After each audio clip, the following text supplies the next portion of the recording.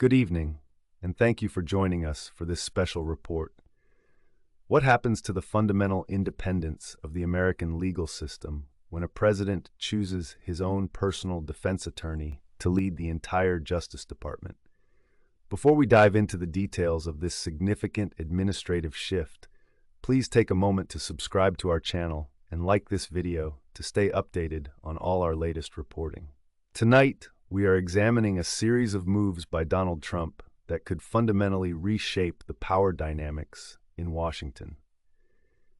At the center of this story is Todd Blanche, a man who has transitioned from representing the former president in a courtroom to being tapped for one of the most powerful positions in the executive branch.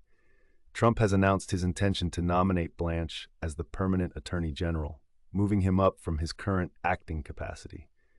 This decision has sent shockwaves through the legal community because it signals a departure from the traditional barrier between a president's personal legal interests and the impartial administration of justice.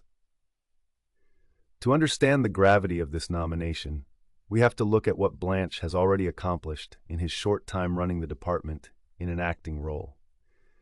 Within just 3 months, Blanche and his team have secured an indictment against one of Trump's most vocal critics, the former director of the Federal Bureau of Investigation, James Comey. This move relates to the infamous seashells on the beach case, a legal matter that has been a point of contention for years. But the changes do not stop there. Under the leadership of Blanche, the Justice Department has moved to undo the final remaining convictions associated with the events of January 6th. This represents a massive reversal of the legal strategies employed by the previous administration and suggests a new era of clemency for those involved in the Capitol unrest. Furthermore, the department has begun rolling back several long-standing gun regulations and has launched investigations into unsupported claims of fraud during the 2020 election. The narrative coming from the department under Blanche often mirrors the rhetoric used on the campaign trail, with recent reports accusing the previous administration of weaponizing the justice system against conservative voices. This creates a sense of deep mystery regarding how the Senate will react to his confirmation hearing. While some see him as a loyalist fulfilling a mandate, others see a dangerous blurring of lines. Suspense is building on Capitol Hill as lawmakers prepare for what is likely to be a contentious battle over the future of the rule of law. Adding another layer of complexity to this administrative overhaul is the situation surrounding the so-called anti-weaponization fund. This fund, valued at $1.776 billion, was originally touted by Trump as a way to provide restitution to those he believes were wronged by the government, particularly those involved in January 6th. However, in a surprising turn of events this week, Blanche made headlines by backing down on the fund.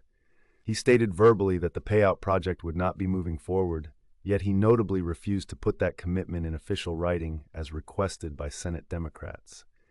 This has left many wondering if the fund is truly dead or simply on hold.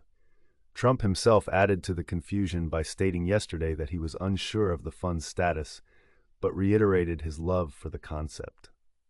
The tension between the acting attorney general's words and the president's desires suggests a potential rift in strategy. Today, Democrats in the Senate attempted to officially block the fund through a legislative vote, but they were defeated by a unified Republican front. This means the possibility of a nearly $2 billion payout fund still looms over the political landscape, waiting for a final decision. While the Justice Department faces these leadership questions, other parts of the intelligence apparatus are seeing similar shakeups. Trump has placed Bill Pulte in a significant role, leading 18 different intelligence agencies, despite Pulte having no background in intelligence work. Pulte has already been under scrutiny for using his position at a housing agency to settle scores for the president, and his move to the office of the Director of National Intelligence suggests that the administration's priority is loyalty over expertise. Critics argue that placing a political operative at the head of the nation's intelligence community could compromise national security and lead to the further politicization of sensitive data. Trump has defended the move, suggesting that Pulte might uncover evidence related to rigged elections, a claim that remains a central pillar of his political identity.